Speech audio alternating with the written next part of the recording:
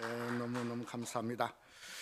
한번 우리 반갑습니다. 은혜 많이 받습시다. 서로 한번 옆에 분들, 뒤에 분들 같이 한번 좀 인사했으면 좋겠습니다. 네, 감사합니다.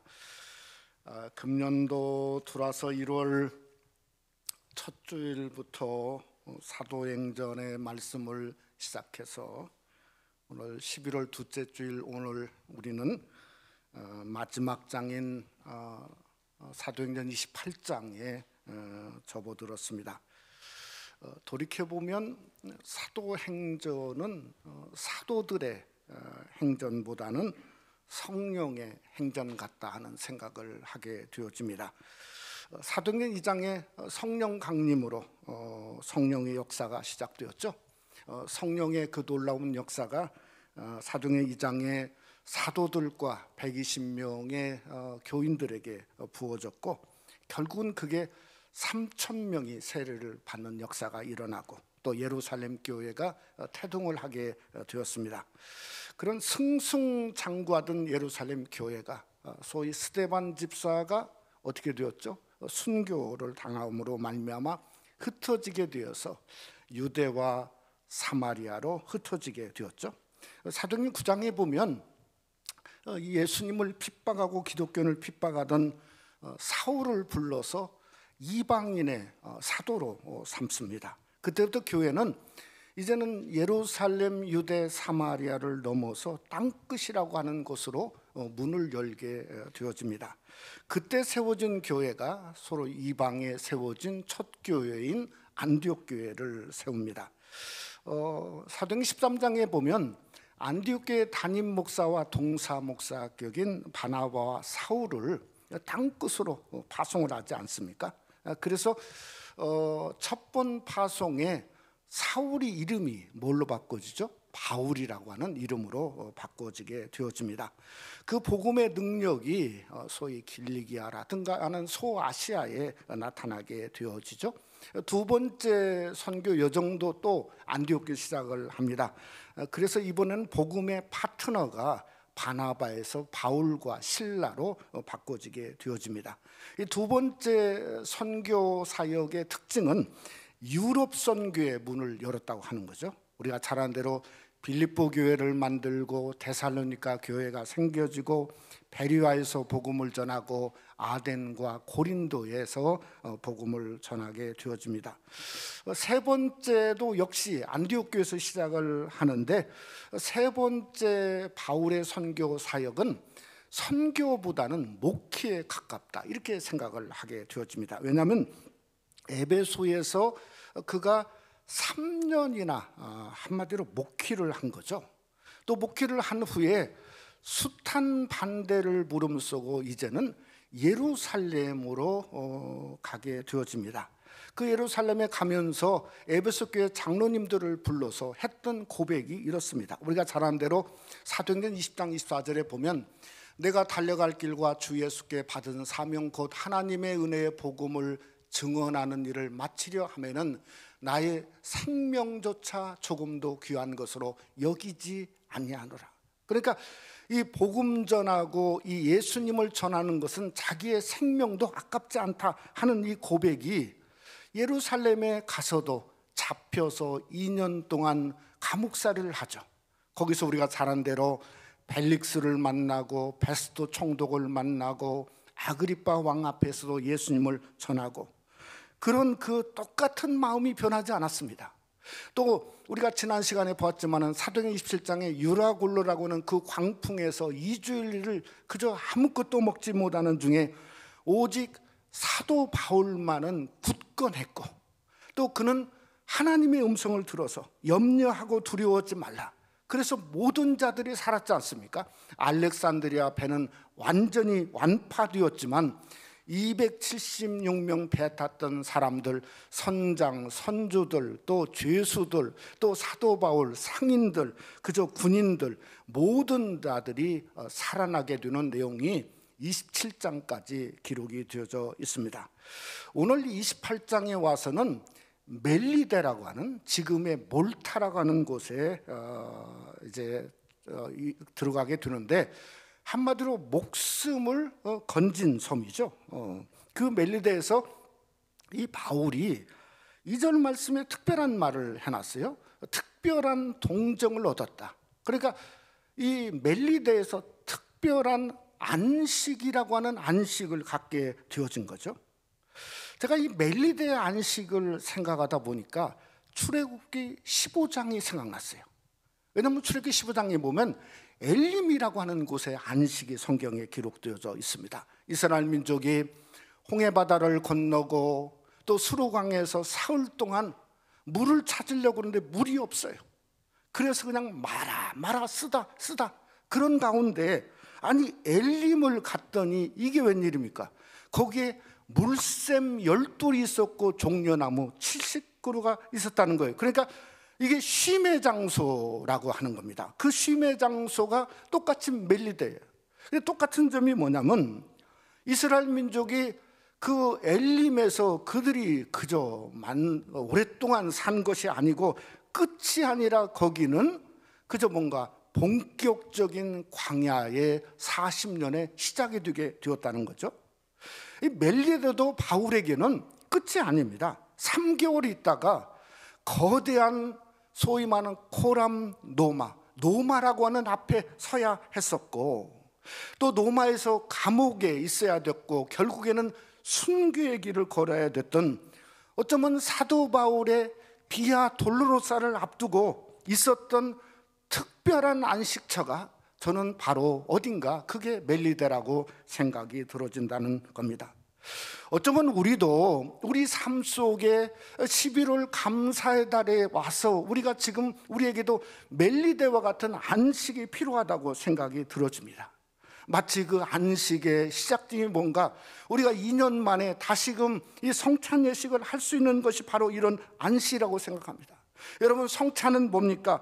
주님의 몸과 피를 우리가 먹고 마심으로 새로운 주님의 영원한 생명에 참여함을 얻는 것처럼 성찬은 보는 은혜요, 먹는 은혜요, 또한 새로운 생명을 얻는 은혜의 안식이 바로 성찬이니까 그 안식을 오늘 우리가 시작한다고 생각이 들어집니다.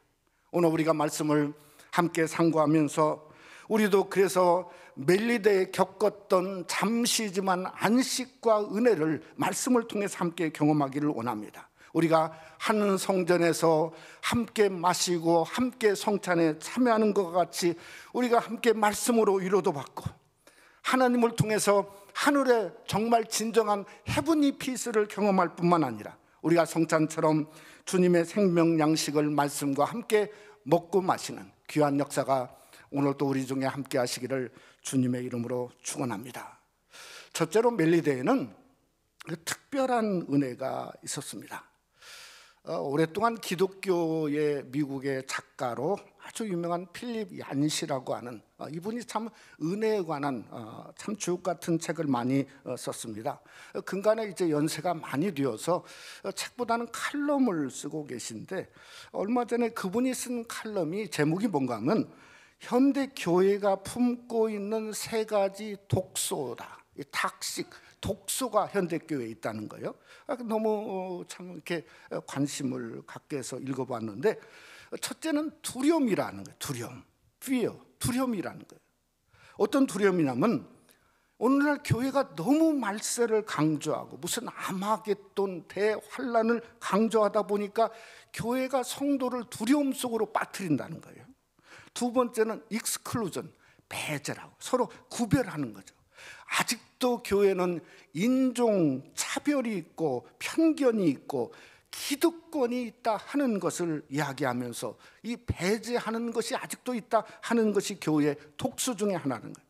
세 번째는 경직성이라고 얘기했어요. 경직성, 권위주의, 교권주의가 오늘날 성도들을 더 힘들게 만들고 꼼짝 못하게 만든다, 이렇게 그는 얘기를 했습니다. 저는 그 모습이 어딨나 봤더니 이게 이 똑같은 모습이 276명 알렉산드리아에 배에 탔던 그 사람들이 경험한 거예요. 그 fear, 두려움이 뭡니까? 아니 유라굴로 광풍으로 2주일 가까이 아무것도 먹지 못하고 그저 모든 걸 다 버렸으니 한마디로 죽음의 공포지 않습니까? 죽음의 공포. 그런데 그 죽음의 공포를 완전히 뒤집은 사람이 누구죠? 사도 바울입니다. 너희는 하나님이 말씀했으니 안심하라는 겁니다. 두려워하지 말라. 하나님이 너희는 한 사람도 해하지 아니하겠다고 말씀했다. 완전히 뒤집은 거죠. 여러분, 익스클루전도 마찬가지예요. 배제는 어떤가? 아니, 배가 자초지려고 하는데 죄수들이 아마 상당히 많이 탔던 모양입니다. 있었던 모양이에요. 그러니까 착고에 채였던 것 같은데 그 죄수들이 도망갈까 봐 죽이자는 겁니다. 죽이자. 그랬더니 백부장이 하는 말이, 사도 바울을 살리려 그랬다고 성경은 말하지만 죽일 수 없다는 거예요. 그러면서 하는 말이, 먼저 헤엄칠 수 있는 자는 먼저 내려보내고, 심지어 하는 말이, 죄수 중에 헤엄칠 수 없는 자들은 뭐라고 하죠? 널판 지도로 구하라. 배제입니까? 아니죠. 하나됨이지 않습니까? 하나됨. 경직도 마찬가지예요. 겨우 살아난 사람은 경직 중에 경직이고요. 거기는 토인들이 야만인들이라 성경은 말하고 있습니다. 근데 이 토인 야만인들이 아니 수백 명이 바닷 가운데 나오는데 얼마나 두렵겠습니까? 그러니까 죽이든지 뭔가 노예 삼든지 하는데, 오늘 2절 말씀에 보니까 무슨 일이 일어났죠? 불을 피워 영접하더라. 아니, 이게 완전히 180도 반전의 역사가 어디서 일어났냐? 이게 알렉산드리아호와 멜리데의 섬에서 일어나게 되었다고 성경은 말씀하고 있다는 거죠. 아니, 어떻게 해서 이런 일이 일어나게 되었는가? 배 안에서부터 자비가 흘러나왔어요. 사도 바울을 통해서부터 염려하지 말라, 두려워하지 말라, 죽이지 말라, 살려두라, 헤엄 못 치는 자는 널판지를 이용해서라도 살려라. 아니, 이런 자비가 어디 있습니까? 이런 자비가. 그러다 보니까 시편 28편 25절 말씀이 우리에게 제 마음속에 들어옵니다. 거기에 뭐라고 하죠? 자비로운 자에게는 주의 자비로우심을 나타내시며 완전한 자에게는 주의 완전하심을 보이신다 말하지 않았습니까? 그리고 우리가 하나님 앞에 자비를 원하면 우리 삶 속에도 문을 활짝 열고 용서하고 그저 품을 쓰는 자비가 필요하다는 겁니다. 여러분, 누가복음 10장에 우리가 잘 아는 대로 선한 사마리아인의 비유가 있습니다. 예수님이 그 비유를 말씀하시면서 사마리아인을 칭찬하고 있죠. 그러면서 나중에 묻습니다. 누가 너의 진짜 이웃이냐 이거예요. 그랬더니 이구동성으로 하는 말이 자비를 베푼 자니이다. 주님이 뭐라고 마지막을 끝내셔서 가서 너도 이와 같이 하라. 사랑하는 성도 여러분, 감사의 달에 하나님으로부터 감사할 제목을 원하시면 여러분이 먼저 감사하고 먼저 마음문을 활짝 열고 용서하고 먼저 자비를 베풀 때에 우리 삶 속에도 하나님의 자비가 임하시는 줄을 주님의 이름으로 축원합니다. 오늘 2절에 보면 뭐라고 말했냐면 원주민들이 특별한 동정을 했다. 이 특별하다는 말이 헬라 원어로 튕가노란 말입니다. 튕가노. 근데 이게 무슨 뜻이냐면 이례적인, 익셉션을 하다는 거예요. 진짜 이례적이라는 거예요. 또 하나는 무슨 뜻이냐면 상상도 못했는데 이런 일이 벌어졌다는 거예요. 그러니까 이 원주민들이 이제 바바리안, 이게 헬라 말로 이런 영어로 이런 말, 그런 그 원어가 쓰여서, 그러니까 원래는 그렇지 않은 거예요. 원래는 올라오는 족족 죽이든지 노예 삼든지 뭐 그 당시에 야만인들이 일어났던 일들을 하는데 276명이나 되는 그 많은 숫자를 아니 영접하는 일은, 그것은 익셉션을 했다는 거예요. 익셉션을. 근데 성경에 보니까 그런 팅가노가 성경을 통해서 우리에게 너무나 많이 일어나고 있어요. 느헤미야서를 보면 그저 페르시아 왕국의 아닥삭스다 왕의 느헤미야가 술관원이었어요. 여러분, 술관원은 멀리 출장 갈 수 있는 사람이 아닙니다. 그저 그 술을 마셔보고 바로 왕이 옆에 있어야 돼요. 그러니까 옆에 있지 않으면 이것은 술관원이 될 수가 없어요. 그렇지 않습니까? 그런데 느헤미야가 기도하고 자기 왕에게 이야기하는 겁니다. 우리 조국 예루살렘의 모든 성이 회파되고 그저 완전히 정말 쉽게 말하면 똥구덩이가 되었으니 자기가 가서 중건해야 되겠다는 거예요. 그러면 그것만 하는 게 아니라 가야 되겠는데 건축할 제목이나 재료가 필요하다는 거예요. 또 하는 얘기가 뭔가 하면 우리 민족이 지금 여기서 노예로 살고 있는데 우리 유대인들을 그저 데려가고 싶은데 허락해 달라는 거예요. 여러분, 기가 막힌 튕가노가 아닥사스다 왕에서 입에서 떨어지지 않습니까? 그래라. 그래서 가서 성벽을 건축한 거예요. 또 그래서 그냥 돌아온 사람을 성벽을 중건하고 나서 숫자를 세보니까 기가 막힌 숫자가 성경에 기록되어 있어요. 느헤미야 7장 66절에 보면 뭐라고 성경은 말하고 있냐면 돌아온 회중의 수는 모두 42,360명이다. 아니 이게 인간의 힘으로 왕의 명령으로 될 수 있는 일이 아니라고 하는 거죠. 무엇을 말하는가? 이런 튕가노 특별한 동정은 하나님만이 베푸시는 특별한 은혜라고 성경은 우리에게 말씀하고 있다는 거예요. 여러분, 그 은혜가 하나님을 그저 바라봤던 의지했던 느헤미야에게 나타난 거고, 그 놀라운 은혜가 마치 사도 바울처럼 하나님 한 분만 소망하고 있는 사도 바울에게도 똑같이 나타났다는 하는 겁니다. 저는 지난 2년 동안 우리 새생명 한인교회가 걸어온 걸 생각해 보면 정말 튕가노의 하나님밖에 없어요. 우리에게 너무나 익셉셔널하게 정말 상상할 수 없는 은혜를 베풀고 지금까지 오게 하셨어요. 여러분, 지난 초막절 성의도 주일날 여러분 교회 나온 것처럼 성도들이 새벽을 깨워서 하나님 전에 나와서 한 주간 부르짖었어요.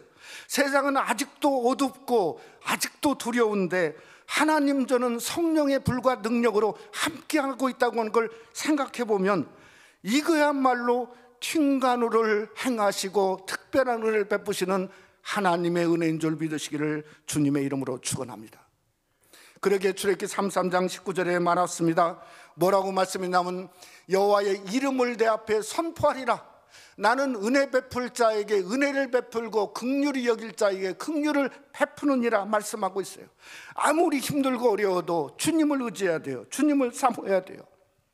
주님의 은혜는 여러분이 우리가 하나님 앞에 주님만 의지하는 여러분을 결코 멸시하지 않으십니다. 정말 멜리데에게 안식과 평안을 그저 허락하신 하나님께서 우리 새생명 한인교회 성도에게도 은혜로 평안으로 함께 하시기를 주님의 이름으로 축원합니다. 두 번째로 멜리데에는 죄송합니다. 특별한 사명이 있었습니다. 멜리데라고 하는 몰타는 우리 민족에게 있어서 사실은 아픔의 장소입니다. 왜냐하면 1945년도에 몰타 협정을 통해서 38선이 갈려졌어요. 그러니 우리가 아픈 장소죠. 근데 이 기독교사회, 초대 기독교사에 있어서의 몰타는 엄청난 기독교의 유산을 가지고 있습니다. 지금도 카타콤처럼 그 몰타의 땅 속에는 그냥 조그마한 그 지하 성도들이 숨어있던 집들이 개미집처럼 연결되어 있다고 그럽니다. 또한 그 섬의 추장이었던 보블리오라고 하는 자를 성경에 말하고 7절에 말하고 있는데 지금도 거기에 보블리오 기념교회가 있다고 하는 겁니다. 도대체 이 똑같은 이름을 어떻게 기념교회까지 이렇게 만들게 되었냐면 오늘 성경에 보면 그 계기가 있지 않습니까? 토인들이 그저 올라오는 276명을 불을 피워서 환영을 했는데, 영접을 했는데 얼마나 많이 피웠겠습니까? 이게 불이 뭐 그냥 그저 하나 피워서 270명 둘러다 이렇게 생각지는 않고 피웠는데 바울이 아마 그 중에도 최고 건강했던 모양이에요. 왜냐하면 성경에 보면 나무 한 묶음을 가져다가 불에 넣어도 움직였던 사람은 바울이었던 모양이에요. 근데 불을 넣게 되어주는데 그 안에 뭐가 있었다고요? 독사가 있었다는 거예요. 3절에 보니까 독사가 바울의 손을 물고 있는지라. 이 떨어지지 않는 거예요. 지금 물고 있는 상태예요. 그냥 뭐 물렸다가 떨어진 게 아니고 물고 있는 상태예요. 그러니까 토인들이 지금까지 경험한 바에 의하면 어떻게 되냐면 독사에 물리면 다 죽었다는 거예요. 다 죽었다. 살인한 자로다. 이렇게까지 얘기하지 않습니까? 그런데 아무리 토인들이 그걸 보니까 기다려도 아니 이게 손이 막 퉁퉁 붓던지 아니면 뭐 그저 그 경기를 일으키던지 아니면 이게 그냥 죽어야 되는데 죽지를 않으니까 토인들이 뭐라겠죠? 그를 하나님이라 신이라 불렀다는 거예요. 이게 도대체 뭘 우리에게 말하고 있는가? 여러분 고린도후서 11장에 보면 이 사도 바울이 선교 여정을 하면서 그가 엄청난 어려움을 당합니다. 그러니까 무슨 어려움을 당했는가 하는 이 고난 순환 목록을 성경에 기록했어요. 수번 감옥에 들어갔고 40에 하나 감한 매를 5번을 맞았고 3번이나 파선했고 숱한 위험을 말했는데 거기에 없는 게 있어요. 독사에게 물렸다는 말은 없어요. 그러니까 독사는 처음이에요. 이 멜리다가 처음인 거예요. 누가 더 깜짝 놀랐겠어요? 당사자가 깜짝 놀랐죠. 5절에 보니까 불에 떨쳐버려요. 그러니까 있는 힘을 다해서 그냥 그 이가 이게 물려진 상태에서 떨쳐버린 거죠. 어떻게 떨쳐야 되는 모르겠지만 하여튼 떨쳐버린 거예요. 토인들이 기다린 거예요. 토인만 기다렸나요? 여러분 누가 기다렸죠? 아니 바울도 기다린 거죠. 본인은 얼마나 더 안타깝겠습니까? 물려진 사람인데, 독이 들어있는 사람인데 자기가 유라굴로 광풍에서 이렇게 살아남았는데 하나님이 여기서 죽게 만드는구나. 왜냐하면 다 죽었다니까. 아니 당연히 그런 생각을 하죠. 여러분 독사의 독이 그저 3번째 부스터 샷보다도 훨씬 셀 것 같아요. 그렇죠? 이게 붙든지 경기를 일으키든지 뭐가 쓰러진데 아니 그것도 없이 그냥 그대로 살아있는 거예요. 성경이 우리에게 지금 뭔가를 얘기하고 있는 거예요. 뭔가를 얘기하고 있냐면 바울이 자기가 다시금 거기서 새 생명을 얻으면서 무슨 생각을 했고 무엇을 생각했까 이것을 말하고자 하는 거예요. 저는 무슨 생각을 했고 무엇을 깨달았냐면 마가복음 16장 17절로 18절 말씀을 깨달아 생각해요. 우리 한번 다 같이 함께 봉독해 보죠.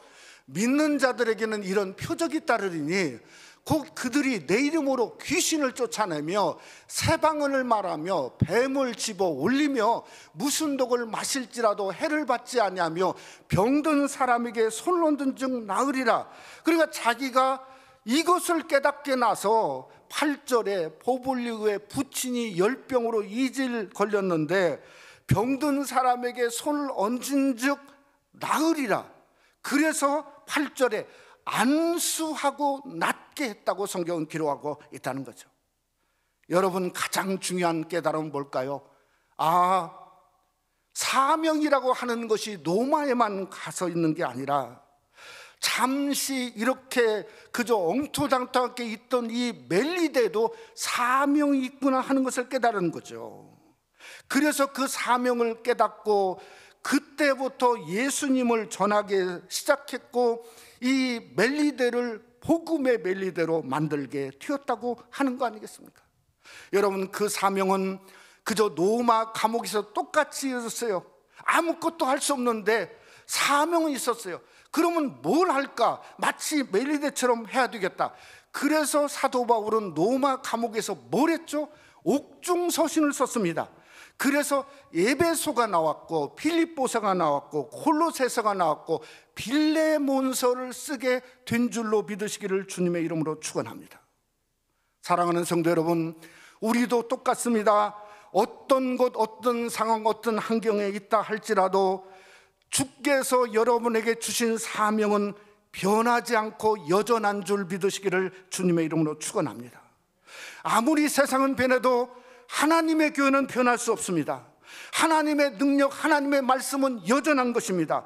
그러니 말씀의 능력이 여전한 것처럼 우리의 사명도 여전하시기를 주님의 이름으로 축원합니다.